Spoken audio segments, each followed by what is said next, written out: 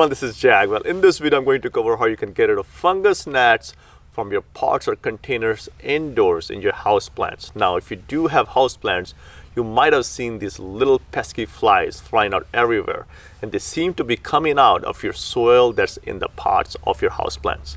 Now, this does happen because fungus gnats are attracted to damp soil. Adult fungus gnats look for moist soil to lay their eggs, and these adult fungus gnats can lay up to 200 eggs. These eggs hatch into larvae in 3 days, and the larva stays in the soil for 2 weeks before they turn into adults.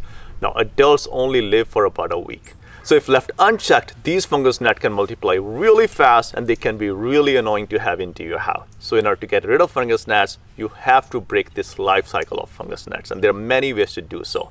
The very first thing you can do is to let the top 2 inches of soil dry out before you water your house plants. So adult fungus gnats do look for moist soil. So if your soil is not moist, or at least the top 2 inches is not moist, the fungus gnats will preferably not lay their eggs in that soil. So instead of watering more often, you can instead water less often and provide more water to your plant so the water percolates all the way down into your container and roots can soak up that water. That way, the top 2 to 3 inches of soil can dry out before you water again. Now, another thing you can do is add 2 inches of sand or gravel on top of your potted plants. I would suggest adding 2 inches of sand and then another inch of pebbles or gravels right on top of your containers, on top of your potting soil. That way, fungus gnats won't be able to reach deep into your soil. Now, another watering technique that you can use is bottom watering. So you can water your plants in the pan underneath the containers rather than watering on top.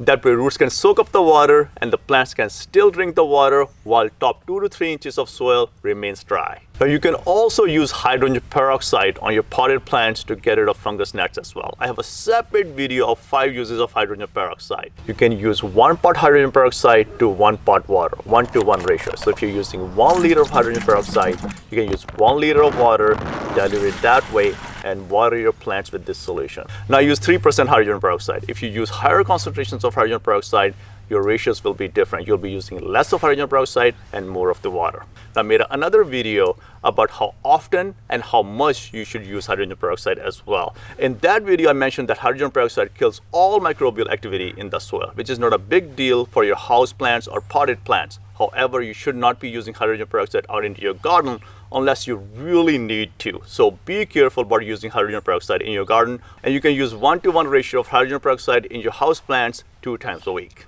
Now, another thing you can use to break the cycle of fungus gnat is Bt solution or Spinosad. These are biological agents that kills the larvae of the insects. So you can buy the Bt solution or Spinosad solution from your garden center, put a little bit of it in your watering can and water your houseplant this way.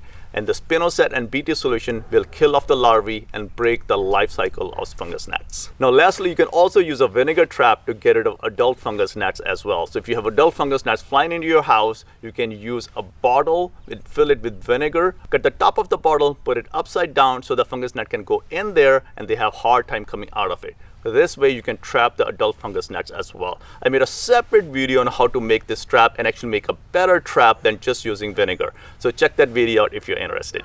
Now, feel bad about killing any animals. Fungus gnats are insects, and insects are one of the groups in the animal kingdom. So fungus gnats are in fact animals. So I do feel bad about killing them. I'm a vegetarian myself. I don't kill animals just because I feel bad about animals. Now, it does not mean that if you eat meat, I have an opinion on that. It's a personal decision. I personally choose not to kill animals or eat animals. However, sometimes in gardening, we have to kill animals to keep our plants safe, to keep our house safe. So it's not perfect that we can live our life without killing any animal at all. It's very hard to do in gardening. With that said, if you have any questions, leave them in the comment section below and I'll try to answer them, and I'll see you in another video.